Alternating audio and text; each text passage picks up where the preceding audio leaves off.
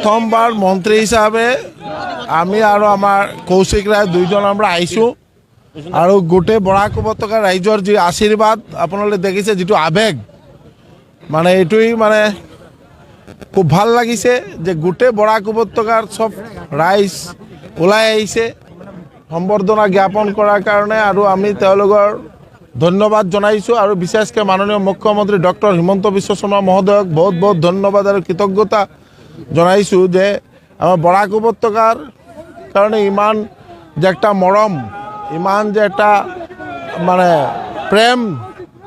মাননীয় মুখ্যমন্ত্ৰী মহোদয়ৰ যে সদায় বৰাক উপত্যকাৰ ডেভেলপমেণ্ট বৰাক উপত্যকাৰ উন্নয়ন আৰু বৰাক উপত্যকা উন্নয়নৰ কাৰণে এটা ছেপাৰেট মন্ত্ৰণালয় কৰা হৈছে যেটো দায়িত্ব মাননীয় মন্ত্ৰী কৌশিক ৰায় মহোদয়ক দিয়া হৈছে আৰু আমি কৌশিক ৰায় গোটেই আমৰা দুই মন্ত্ৰী একেলগে কাম কৰিম যাতে বৰাক উপত্যকা গোটেই অসমৰ ৰাইজৰ উদ্দেশ্যে